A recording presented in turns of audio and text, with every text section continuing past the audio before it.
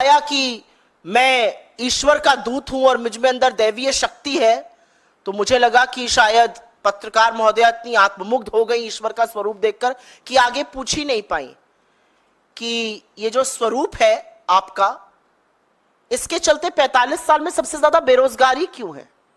इसके चलते युवाओं के लिए रोजगार क्यों नहीं है? इसके चलते आपने आटा, दही, पढ़ाई, दवाई पर जीएसटी क्यों लगाया है? इसके चलते कमरतोड़ महंगाई क्यों है? 18वीं लोकसभा का चुनाव बेरोजगारी पर, महंगाई पर, बढ़ती हुई गरीबी पर, महिला सुरक्षा पर, किसान की बदहाली पर और मजदूर की मजबूरी पर और हाशिए पर रह रहे पिछड़े, दलित, आदिवासी और गरीब सामान्य वर्ग के लोगों की लड़ाई है। इसके अलावा कोई मुद्दा नहीं है।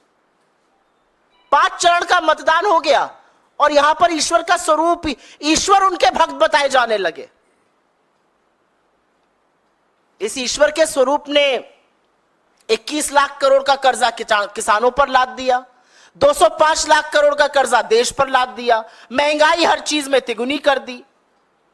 मजाक बनाकर अगर प्रशासन को मजाक बनाकर अगर किसी ने गवर्नेंस को रखा है तो वो मोदी जी ने रखा है। और यही हिटलर करता था।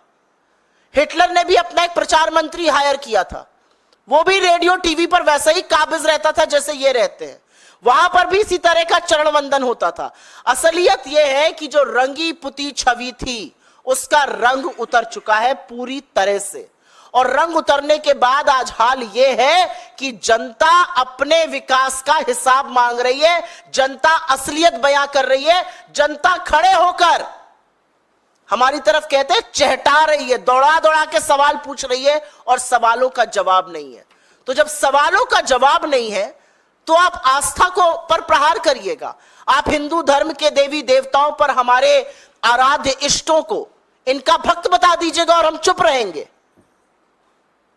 मेरा अपना मानना है कि ना उपवास से ना माफी से इस देश के और दुनिया के करोड़ों हिंदू जो प्रभु जगन्नाथ में विश्वास करते हैं, जो भगवान राम में विश्वास रखते हैं, जो हम सब के आराध्य हैं, उनकी आस्था पर प्रहार हुआ है और नरेंद्र मोदी को माफी मांगनी चाहिए।